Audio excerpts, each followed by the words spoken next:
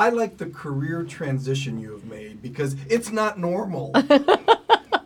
But I think we all make them nowadays. I think it's really common that you get to a point in your life because we live longer. Let's face it. It's not like it used to be. Which is great. We have a great life expectancy. That does mean, though, you're bound to get to a place where you say, I kind of done that long enough, and I need to move into a new phase and try something new. Did I anticipate this particular change? No. No. This is, it's different, but it also is, you have the courage of your convictions. Like, you wanted to do something else, and somehow you made it happen.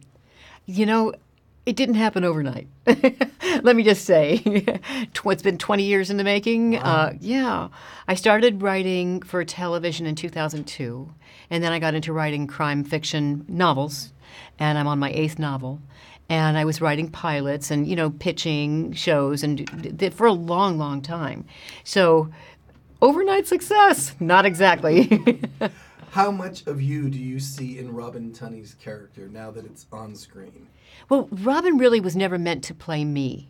She was meant to play a completely distinct character, and that was something all three of us, Liz and Sarah and I, decided right from the start that we want this to be fictional. So in this show, in the pilot, after the first 2 minutes, it's really all fiction.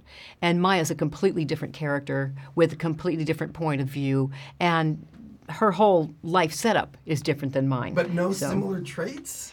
I think only in a general sense. Okay. She's driven. I would probably say I'm driven.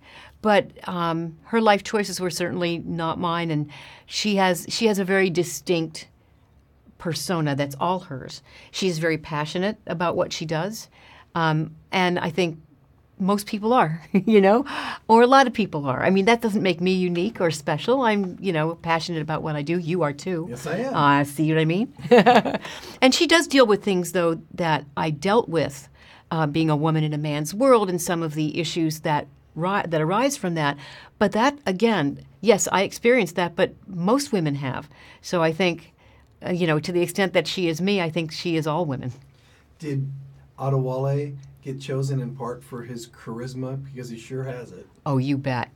His brilliant talent. He was chosen because he is so amazingly talented and handsome and charismatic and charming and funny and smart, and I could keep going on. Why did you call it The Fix? So, The Fix. We were thinking about, we wanted to come up with a title that kind of encompassed everything from both sides. So The Fix, the second trial that she comes back to Los Angeles, is her way of fixing the past, fixing the injustice that happened before when he was acquitted of those 2 murders and shouldn't have been. When he is suspected of killing again, she comes back to fix that. So for her, it's The Fix. If she's right.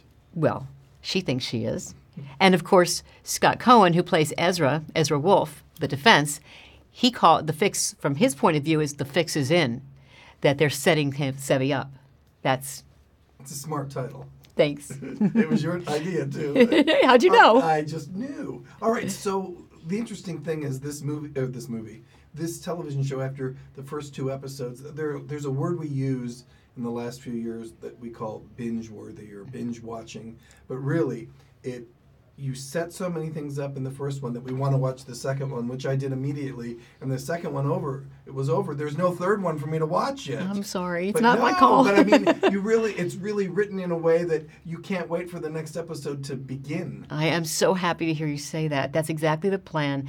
We wrote it to be a cliffhanger, basically in every scene, if not, and of course, every episode, so that one leads to another, in the sense of being a roller coaster. This is a bullet train of a show where there's constant twists and turns and people doing things that you don't expect. And from one episode to the next, you're going to think, Sevy's guilty, he's not guilty, he's guilty, he's not guilty. And hopefully by the end of it, you will still not know, but we will answer all of your questions. By the 10th episode, everything will be answered. We are not going to leave you hanging.